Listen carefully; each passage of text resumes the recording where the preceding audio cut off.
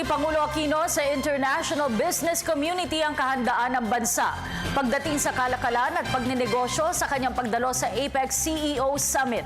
Sa paglalatag ng bagong sistema, sinabi ng Pangulo na magkakaroon ng oportunidad ang maraming Pilipino na magkaroon ng permanenteng trabaho. Si Rocky Ignacio sa detalye.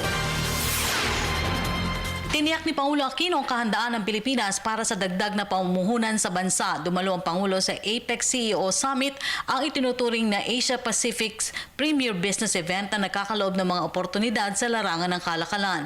Sa pamamagitan nito ng dialogo sa APEC economy leaders, ministers at matataas na opisyal ng mga pamahalaan kung saan tinutukoy ang iba pang opportunities sa tulungan sa daang CEO ng malalaking kumpanya sa Asia-Pasifiko kasabay ng pagbuo ng ugnayan sa iba't ibang mga leaders sa mundo. Mula sa pagiging sick man of Asia to darling of Asia, nakalatag na anya ang mga bagong sistema para makasabay ang Pilipinas sa ibayo pang pagpapatatag ng kalakalan sa rehiyon kasabay ng pagkakaloob ng permanenteng trabaho sa maraming Pilipino. Indeed, our entire growth strategy hinges on the idea of empowerment. Empowered citizens, after all, are empowered consumers whose income will go to the goods and services produced by companies. The end result, instead of having many big fish in a very small pond, we are moving our economic ecosystem into a bigger pond where everybody can grow and reach their full potential. Ladies and gentlemen, I believe this is the most critical element of sustainable growth, inclusivity.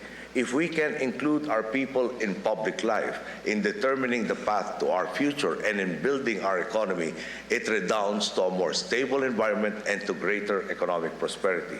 In other words, it boosts our potentials to levels never before seen. You have seen the transformation of our country, from being known as the sick man of Asia to becoming Asia's new darling. You have seen how our economy has become one of the fastest growing in the world and how we have quickly risen in global measures of competitiveness. You may have even noticed the change in our people's attitude from being apathetic to perhaps being a little too demanding, which we believe to be healthy in a democracy since it gives government motivation to be even more efficient. Partikular na dito ang pagpapalakas ng sistema ng edukasyon at pagtulong sa mahihirap na bata na makapag-aral sa ilalim ng conditional cash transfer. Ipinatutupad rin niya mga programa para magamit ng tama ang pondo ng bayan. Ipinakita rin ng Pangulo ang mga benepisyaryo na natulungan ng mga programa kontra kahirapan. I cannot overemphasize the impact of this program. The statistics reinforce my point. From 2008 to 2013, the amount of out-of-school youth in our country dropped from 2.9 million to just 1.2 million. And we expect that these numbers will improve even more. Whereas once, some of these graduates would have been subject only to the possibility of menial jobs. Now they can move up the value chain and enter more promising careers. Of course, this is the goal for most of our students and for our citizenry at large, that they can take advantage of the growing number of opportunities in our job market, most of which require skilled labor.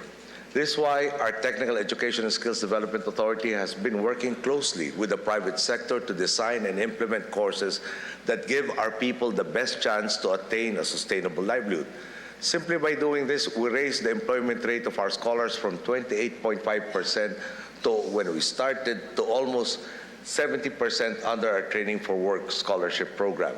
Perhaps the best example of this is our work with the Semiconductors and Electronics Industries in the Philippines Foundation, Incorporated, where our graduates posted an employment rate of 96%, which is defined as finding employment 6 months after graduation. Apart from helping our people find long-term employment, we are also enjoying a bonus return on our investment. May tema na Creating the Future, Better, Stronger Together. Ang APEC CEO Summit ay isa sa prestigious business event sa rehiyon at pangunahing platform ng APEC leaders at business leaders para talakayin ang pagpapalawak pa ng trade and investment opportunities sa lahat ng member economies. I am aware that this will neither be quick nor easy, but we have reason for optimism. The more that people gain the first freedom, which is freedom from hunger, we set an environment that nurtures the growth of all the other freedoms. The leaders of our economies have gathered here under the banner of building inclusive economies, and by so doing, building an inclusive world. And I believe that if we can fully engage the private sector in this mission, offering the many benefits brought about by inclusivity, we can achieve this sooner rather than later. Together, I am confident we can author the next great chapter in the history of human civilization. As a connected, synergized Asia-Pacific, we can bring about the advent of a region and a world where no one is left behind. Para sa Telebisyon ng Bayan, Rocky Ignacio.